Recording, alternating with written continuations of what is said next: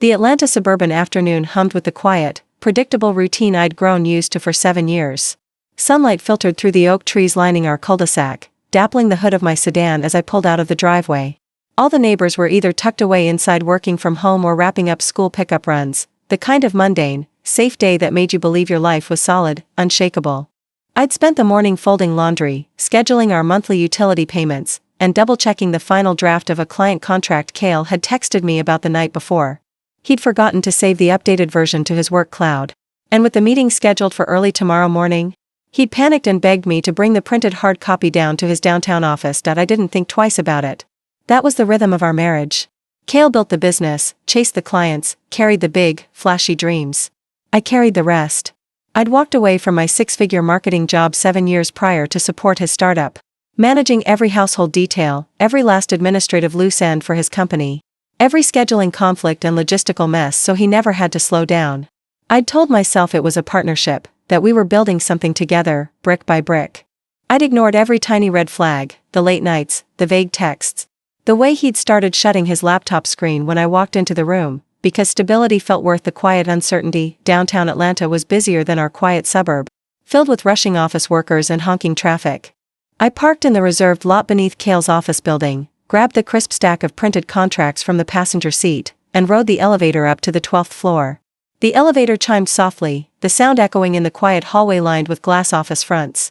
His private suite was at the end of the hall, the frosted glass door printed with his firm's logo. I had a keycode and a physical key, both given to me years ago when his office first opened. Back when he still trusted me to be his first and most reliable support system. I typed the code into the keypad, heard the soft click that meant the door was unlocked, and pushed it open without knocking. I'd always surprised him with drop-ins before, bringing lunch or dropping off paperwork, and he'd always laughed and called me his lifeline. I expected to find him hunched over his desk, scrolling through client emails, or pacing while taking a work call.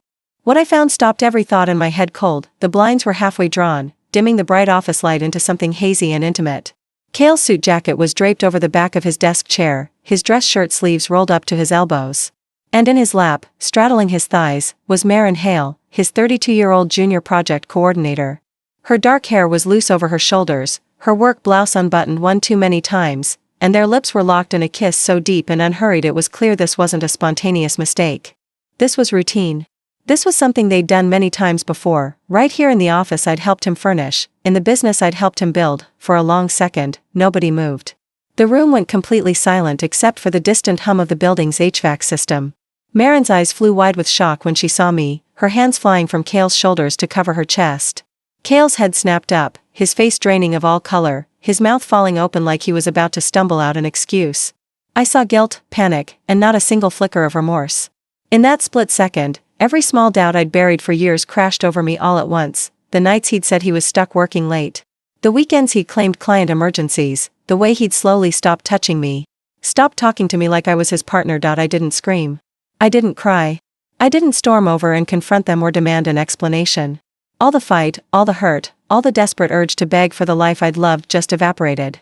I simply stood in the doorway for 3 long, steady seconds, memorizing the scene, letting every illusion I'd clung to shatter completely. Then I turned around, pulled the door shut softly behind me, and walked away. My hands didn't shake until I was back in the elevator, the doors sliding close to block out the office and the 2 people who'd just destroyed my marriage. The second the elevator hit the lobby, I pulled out my phone and texted Jody, my best friend and a paralegal at a local family law firm. I didn't sugarcoat it, didn't soften the blow.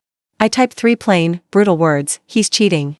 Office now. Jody replied in 10 seconds flat, no emotional fluff, just the sharp, practical guidance she'd always given me when I was too soft to take my own side. Don't confront him. Don't argue. Secure your assets first. If you're ready to burn the bridge, I'll help you do it legally. Her words cut through the fog of shock settling over me.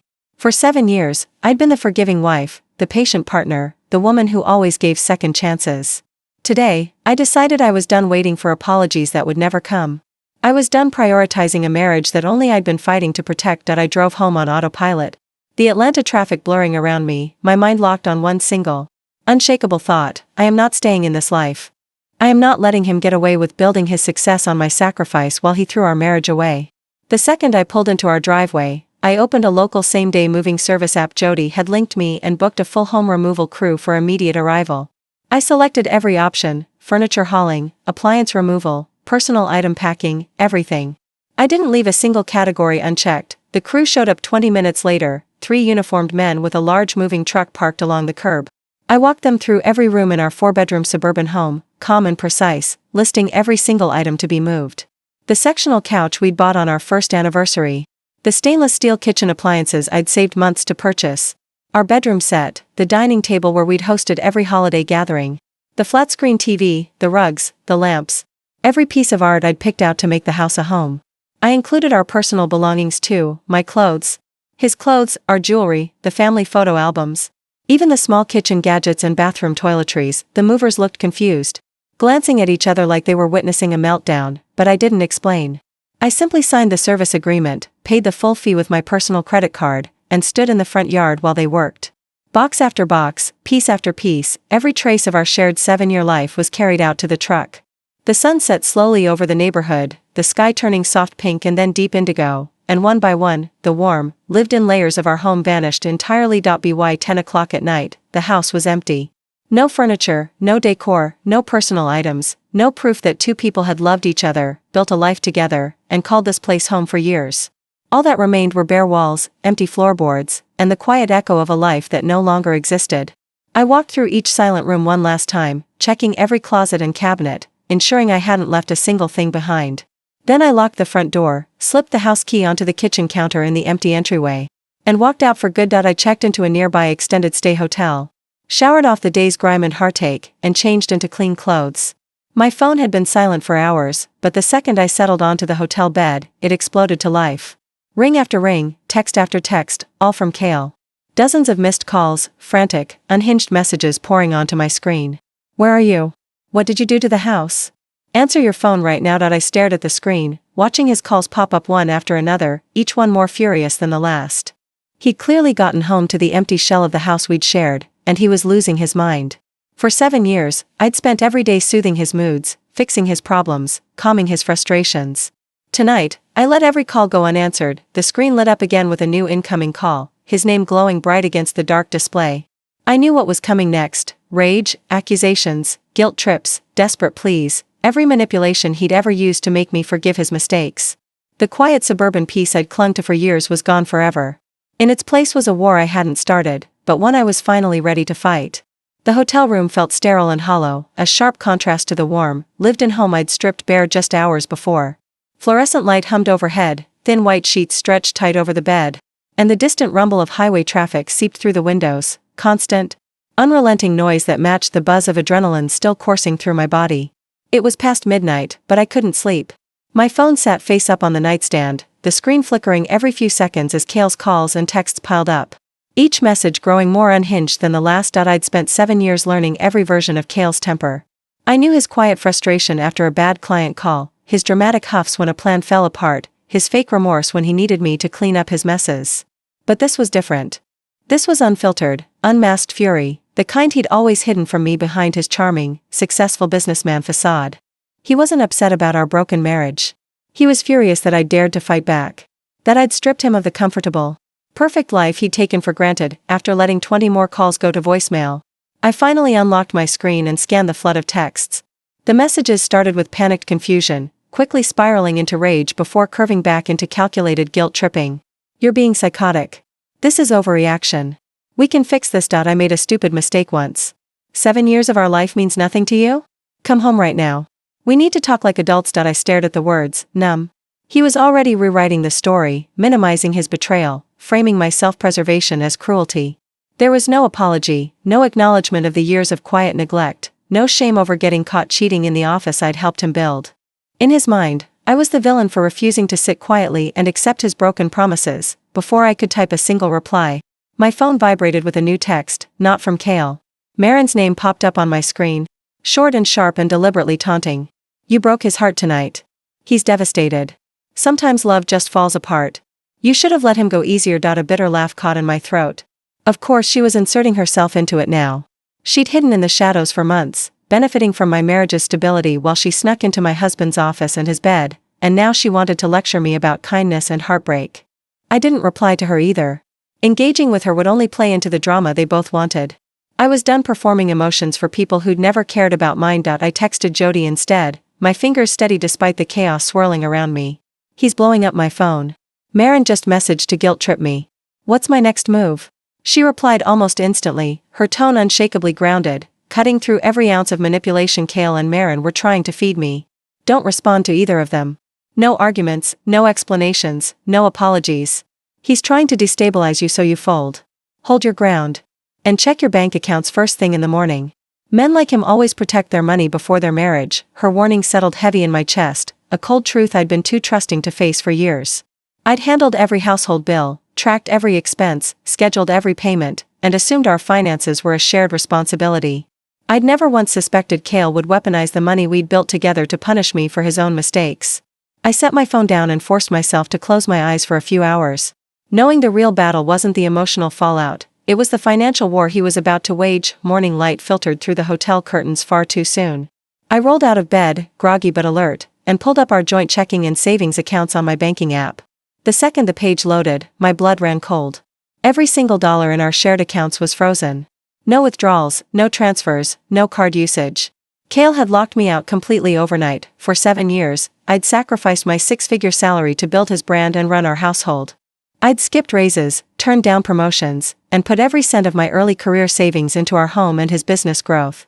I'd never kept a secret fund, never hidden money, never doubted that we were building a future together.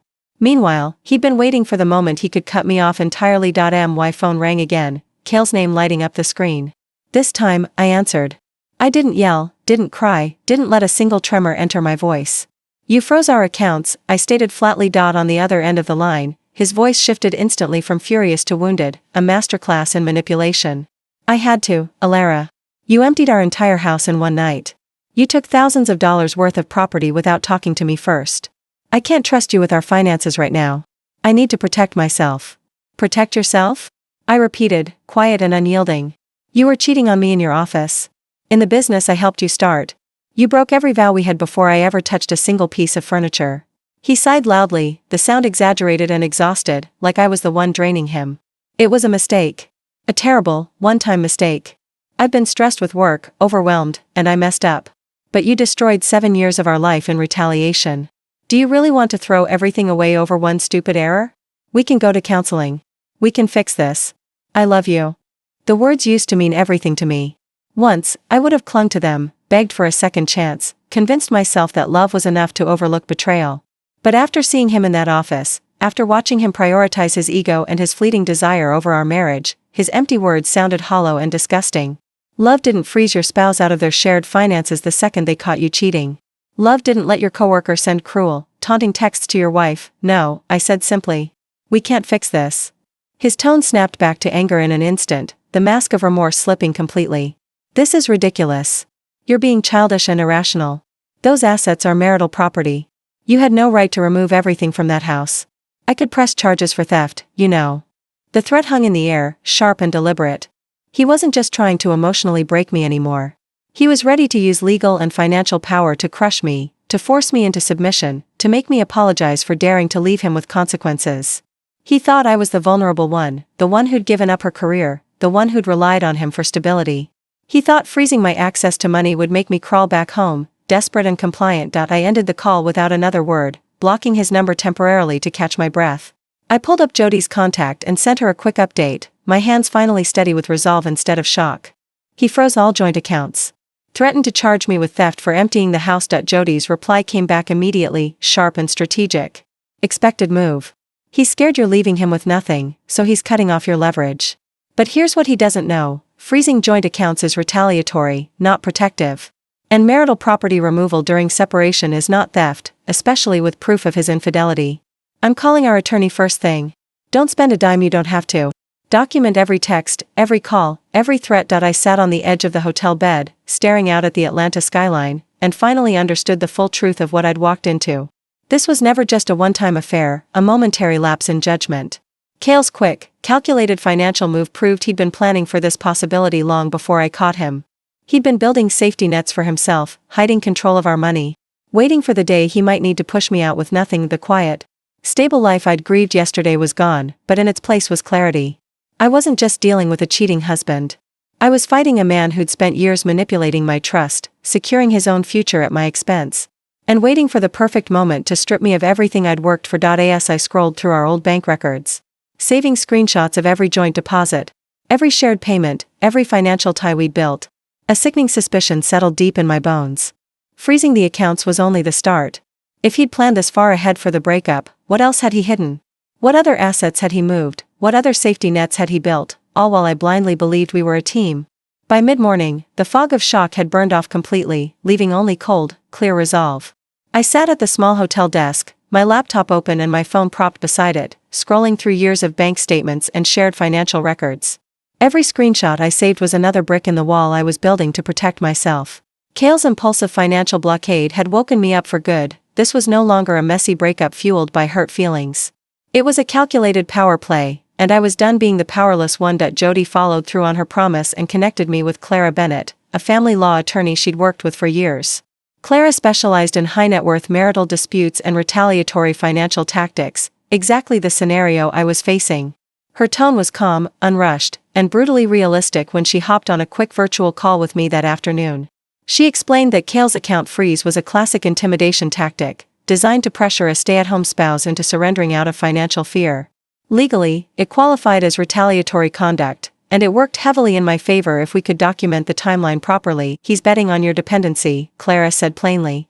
He knows you stepped back from your career, and he thinks you can't sustain a fight without his money. But your 7 years of household management and support count as marital contribution. Every sacrifice you made to let his business grow is legally valuable. We're filing temporary financial protection paperwork today to unfreeze partial access and secure your right to marital assets. Her words anchored me. For the first time since walking into that office, I didn't feel like a victim. I felt protected, guided, and ready to fight back. I signed the legal retainer paperwork electronically, officially retaining counsel and stepping out of the emotional chaos into structured, strategic defense. This was my first real countermove, stopping the cycle of reaction and starting the process of taking control. While I built my legal defenses, Cale was busy fighting a different battle, one for public opinion. He'd always cared deeply about his reputation in the tight-knit Atlanta suburban community and within his industry network. Within 24 hours of me emptying the house, whispers started spreading through our neighbor group chats and parent circles. Mutual acquaintances texted me with cautious, confused messages, asking if everything was all right. If I'd really lost my mind and cleared out the entire family home overnight. It didn't take long for me to piece together what he'd done. Cale was painting himself as the wounded, forgiving husband blindsided by an irrational, vengeful wife. He was telling neighbors, friends, and even some of his business associates that I'd overreacted to a minor marital dispute, destroyed their shared home, and was threatening to ruin his career over a trivial mistake. He omitted every critical detail: the office affair, the months of secrecy, his immediate financial retaliation. He stripped the story of all his wrongdoing and framed me as the unstable party. I saw the damage clearly. In our suburb, where everyone knew everyone's business, reputation was currency. Cale was trying to isolate me socially so that even if I won legally, I'd lose my community, my support system, and any public credibility. He wanted me alone, ashamed, and desperate enough to settle on his terms. I refused to take the bait. I ignored every gossipy text, every passive-aggressive check-in, every attempt to pull me into public drama. I stopped reading neighborhood threads entirely. Jody reminded me that silence was my strongest weapon right now. Every emotional outburst, every defensive explanation would only give Cale more material to paint me as unhinged. So I stayed quiet, focused solely on compiling evidence and following Clara's legal guidance, but the peace of my focused defense didn't last long. Late that evening, I received a notification from the hotel's front desk. A visitor was asking for me. The name they gave stopped my breath cold. Marin Hale. I froze for a full second, staring at the pop-up message on my phone. She'd already taunted me through text, hidden safely behind a screen while Cale waged social and financial war on my life. Now she was bold enough to show up at my temporary residence, uninvited and unannounced. I debated telling the front desk to turn her away entirely, to refuse contact and keep her out of my space. But curiosity and a sharp, defensive anger won out. I needed to see what she was foolish enough to say to my face. I texted the front desk to send her up, then stood by the hotel room door, my back straight and my expression neutral. When the knock came a minute later, I pulled the door open without a single smile or pretense of civility. Marin stood in the hallway, dressed in tailored business casual clothes like she'd just left the office.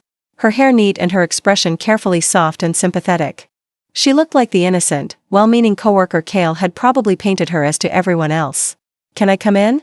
she asked gently, her tone sweet and placating. "No," I said flatly, holding the door steady so she couldn't step foot inside. "You can say whatever you need to say right here." Her polite facade flickered for half a second, irritation flashing in her eyes before she smoothed it over again. "I just wanted to talk.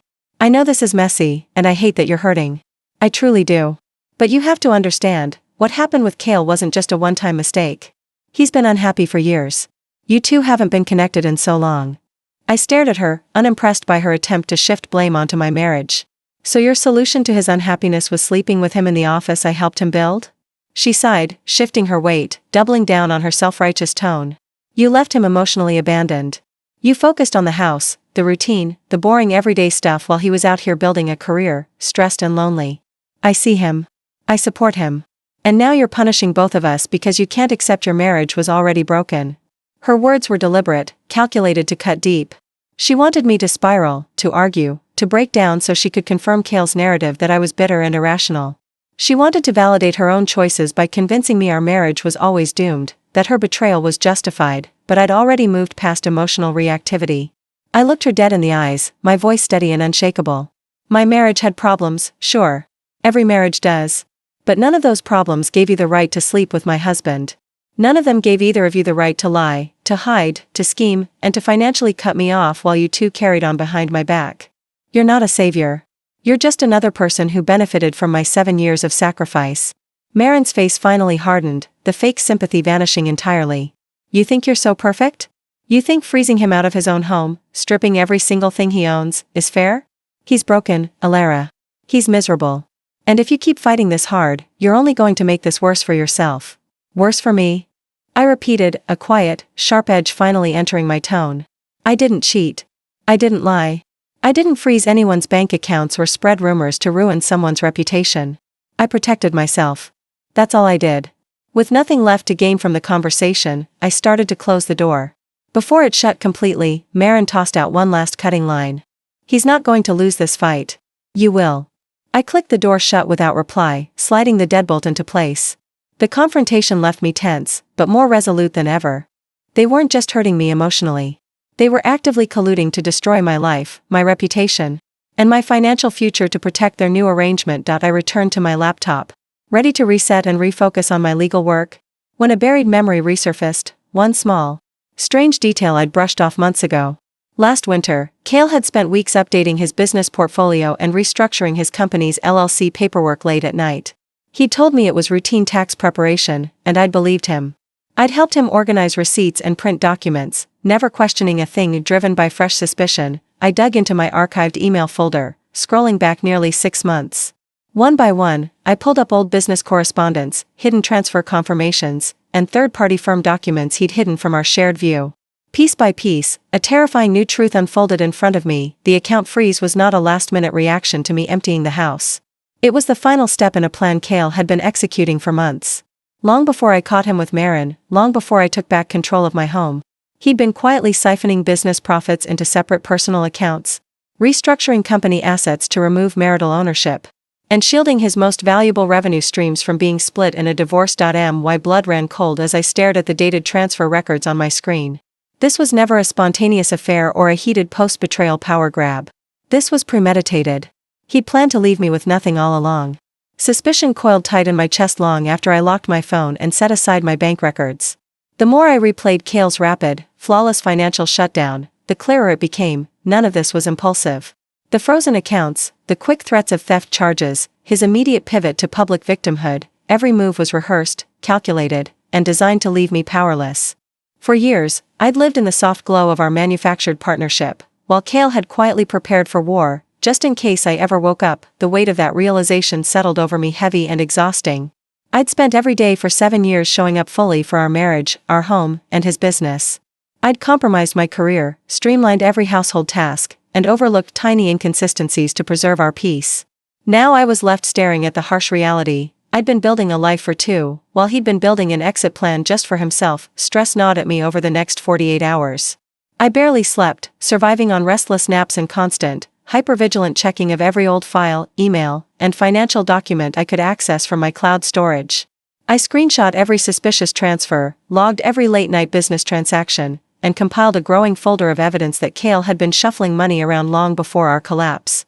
But the deeper I dug, the more overwhelmed I became. I was out of practice fighting for myself, outmatched by Cale's years of careful planning. And utterly alone in a fight I never asked to wage. It was that bone-deep exhaustion that fractured the one solid anchor I had left, my friendship with Jody. She checked in with me hourly, sending legal reminders, asking for updates on my evidence collection, and cautioning me repeatedly against rushing into any hasty decisions or unplanned conversations with Cale. Her advice was always sharp, logical, and rooted in years of family law experience. But in my raw, frayed state, her practicality stopped feeling like support and started feeling like distance. While I was crumbling under the weight of betrayal and fear, she remained calm, analytical, and unshaken. In my irrational fatigue, I mistook her professionalism for a lack of loyalty. I fired off a bitter text late that afternoon, my emotions overriding my sense. It's easy for you to stay detached. You didn't build your entire life around a man who's been lying to you for years. You don't know what it's like to lose everything. Jody's reply took longer than usual, and when it came, it was quiet, hurt, and firm. I'm detached because detachment is how we win this. I've seen women crumble because they let grief override strategy, and I've watched them walk away with nothing after sacrificing everything. I'm not being cold. I'm being careful. If you want emotional validation more than protection right now, I can step back. Her words stung, sharp and true. I stared at the screen, my throat tight with regret, but my pride kept me from apologizing immediately. I'd lashed out at the only person who'd never once let me down, simply because her strength exposed my own fragility. For the first time since this nightmare began, I was isolated, no supportive husband, no peaceful home. And now a fractured friendship with the only person who could guide me through the legal storm. Cale sensed my weakness instantly. He'd been quiet for 2 days. No frantic calls, no raging texts, no more public gossip spreading. He'd paused his attacks deliberately, waiting for me to unravel on my own. The second the rift with Jody left me unguarded, he struck with a carefully crafted message, soft and remorseful, stripped of all the fury he'd shown before. I know I've hurt you beyond repair. I hate what I've done. I don't want to fight you, Alara. I just want to understand what we lost. Can we talk privately? No lawyers, no drama? Just us. It was masterful manipulation. He knew I was adrift without Jody's steady guidance. He knew I was tired of fighting, tired of the cold hotel room, tired of carrying the weight of 7 wasted years alone.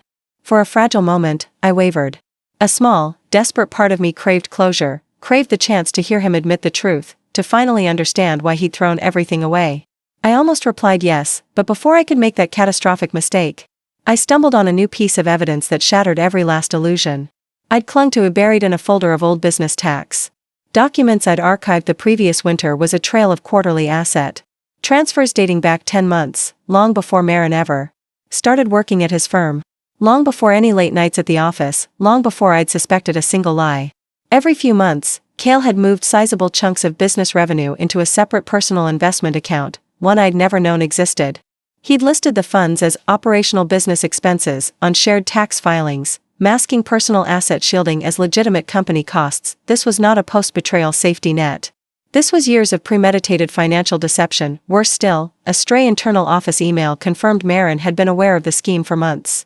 She wasn't just a naive coworker swept up in a forbidden romance. She'd known exactly what Cale was doing. She'd watched him lie to me, watched him siphon marital assets, and still chosen to encourage his affair, to benefit from his secrecy. To taunt me for being the broken one in our marriage. My chest tightened with a sick, horrified clarity. I hadn't just been cheated on. I'd been systematically deceived, financially undermined, and socially isolated by 2 people who'd spent months laughing at my blind loyalty. Every late night he'd worked, every business trip he'd taken, every vague excuse he'd offered had been a calculated lie to cover his dual schemes, hiding his money and hiding his affair. The fleeting urge to talk to Cale vanished entirely, replaced by cold, unbreakable resolve. He hadn't reached out to apologize or reconcile. He'd reached out to manipulate my loneliness, to lull me into dropping my legal guard, to trick me into settling before I uncovered the full extent of his fraud. I finally texted Jody back, swallowing my pride and laying my mistake bare. I'm sorry I lashed out. You were right. He's been hiding assets for almost a year. Marin knows everything. I was wrong to doubt you. Jody's response was forgiving and immediate, shifting straight back to urgent strategy. Apology accepted. Don't feel guilty for being hurt. But you need to brace yourself, he won't let this go quietly. Men who hide assets don't negotiate fairly. They attacked to distract. She couldn't have been more right. 20 minutes later, a sharp, official knock echoed at my hotel room door. When I pulled it open, 2 uniformed process servers stood in the hallway, holding a crisp manila folder stamped with the county court seal. My stomach dropped as I took the papers, my hands going numb at the edges. Cale had filed an official civil complaint against me.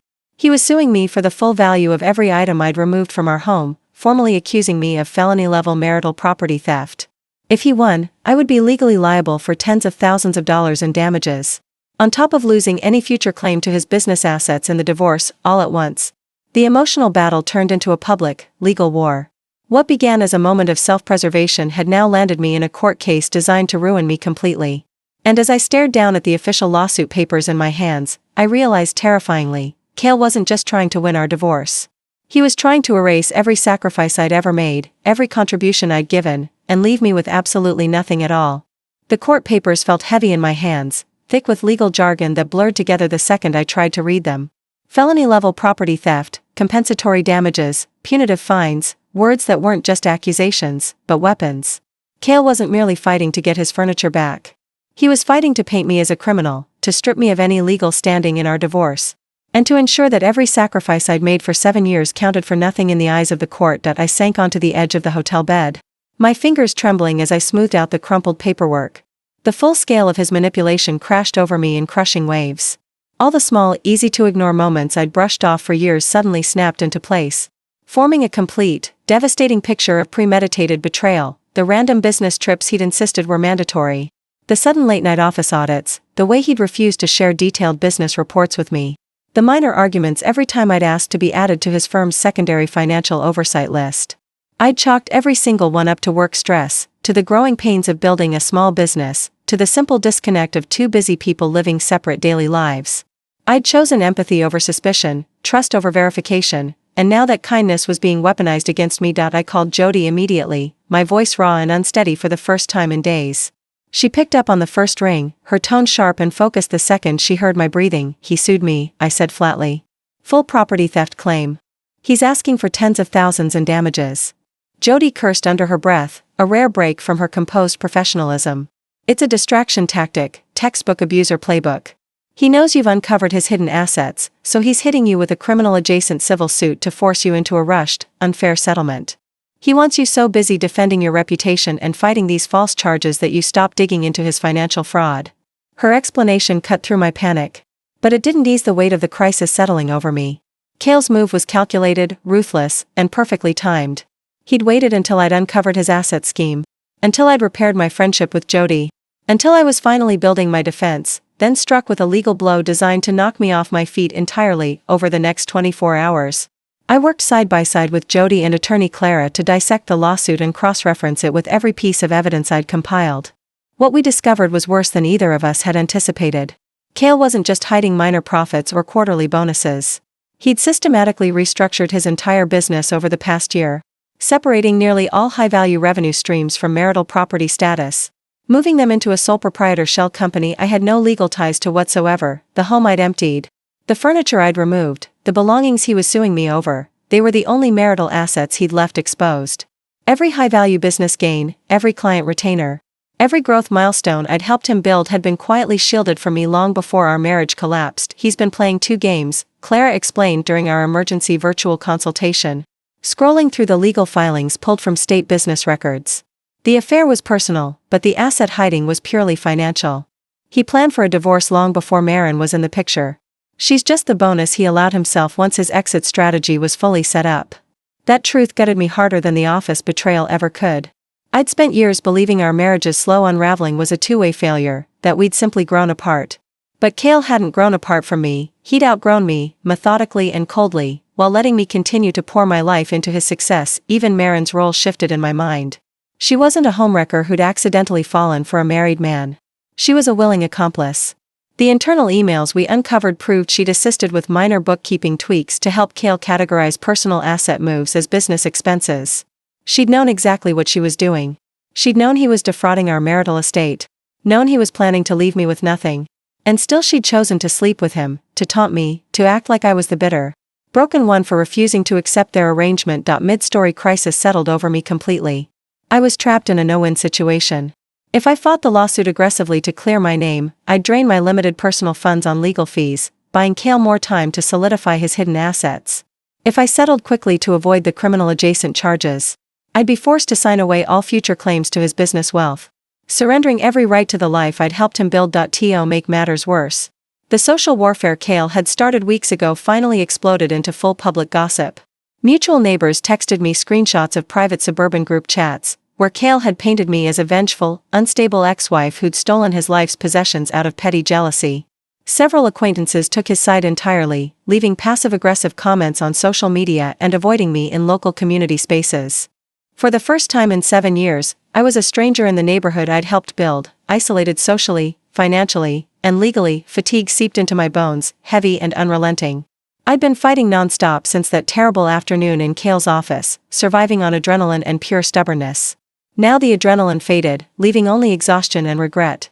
I mourned the version of myself that had believed in partnership, that had sacrificed her career for a love that was never real, that had trusted two people who'd spent months plotting her downfall. Yet even in my lowest moment, a tiny, unshakable spark of resolve remained. I could fold. I could settle. I could walk away with what little I had left and start over quietly. But that would mean letting Cale get away with years of lies, letting him profit off my sacrifices, letting his calculated cruelty go unaccounted for. I refused to let that happen. Late that night, while Cale likely celebrated his upper hand with Marin, I sat at my hotel desk and organized every piece of evidence into a chronological, airtight timeline. I labeled every hidden transfer, archived every incriminating email, documented every instance of financial deception. I stopped fighting for repayment, stopped fighting for fairness in the moment.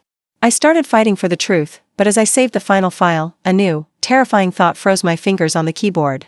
In his lawsuit filings, Cale had listed an exact, inflated monetary value for every household item I'd removed, tens of thousands higher than the actual retail cost. He wasn't just suing me for replacement value. He was inflating damages on purpose, stacking the legal deck so high that a judge would have no choice but to rule against me, and buried in the fine print of his court complaint, I found his endgame. If I failed to pay the full damages he demanded, he planned to file a formal motion to place a permanent lien on any future income or assets I ever acquired.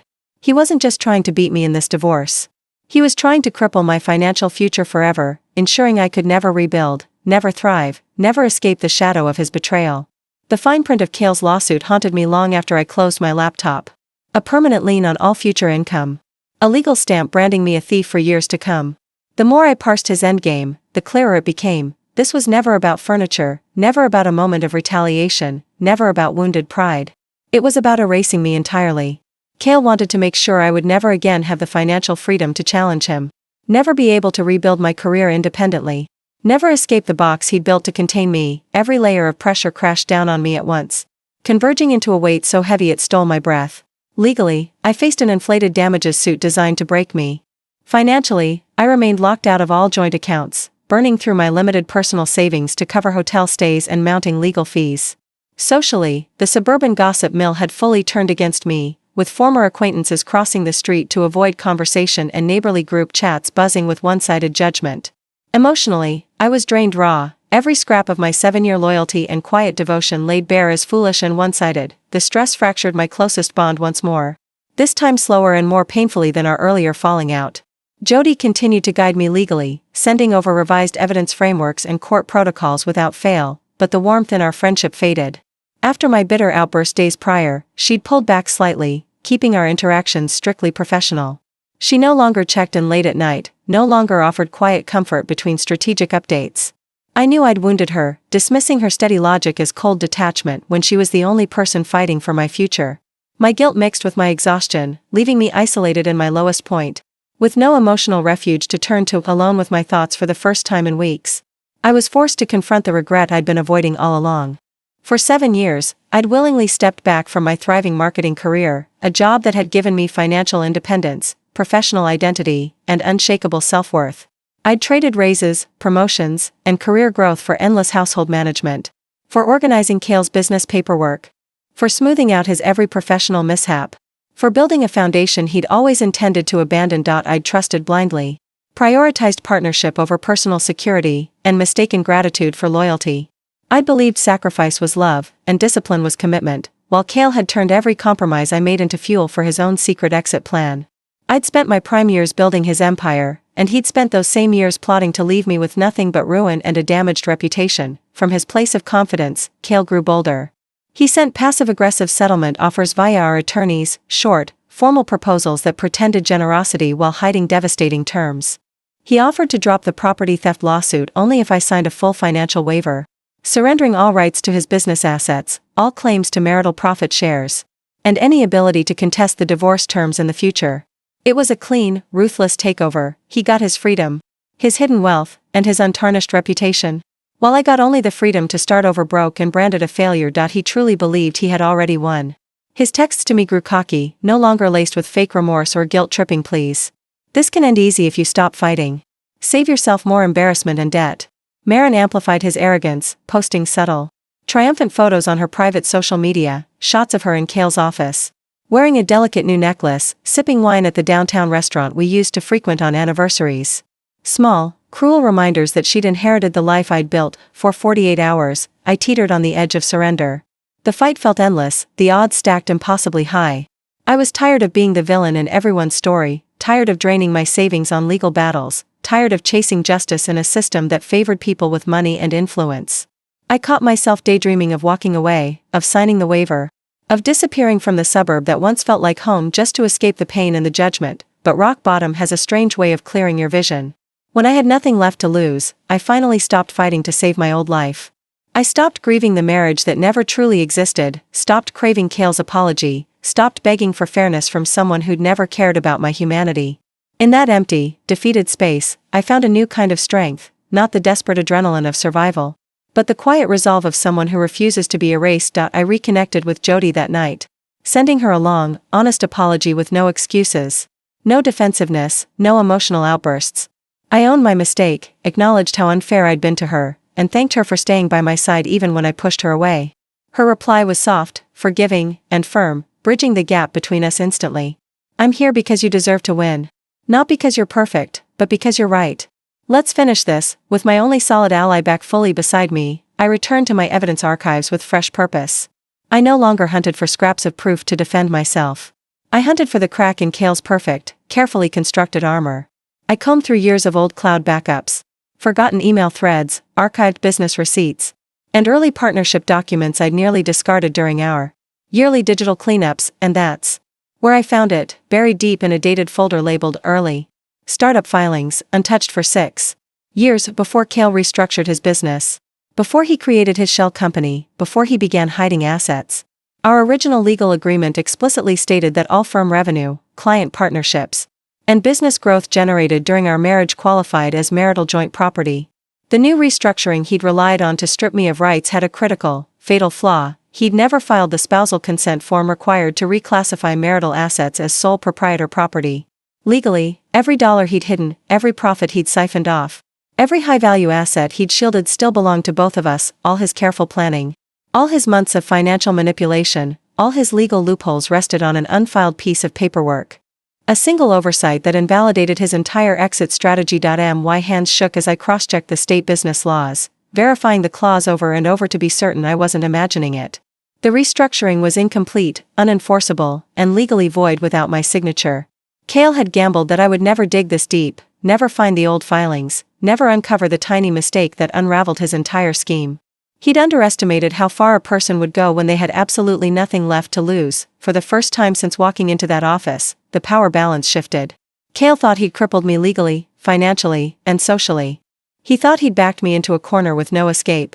But in my lowest, most isolated moment, I'd found the one weapon that could dismantle every lie, every manipulation, every ruthless play he'd made. I sat staring at the digital document, the proof of his fatal error glowing on my screen, and understood the truth he'd spent months trying to hide. He wasn't untouchable.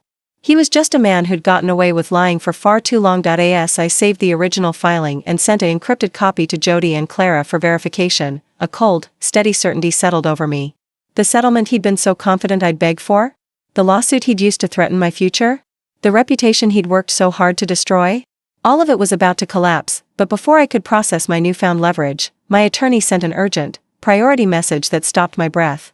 Cale, convinced his victory was inevitable, had just submitted a formal request for mandatory court mediation. He planned to lock in the unfair settlement, finalize the divorce on his terms, and legally bury all his financial secrets, all in one single, binding court session. The mandatory court mediation arrived faster than I was ready for, yet slower than I'd waited for. The morning of the hearing, I woke up before dawn in the quiet hotel room, no longer trembling with fear or burning with frantic anger. Weeks of fighting, digging, and surviving had stripped away the chaos, leaving only clarity. This wasn't a battle to save my marriage.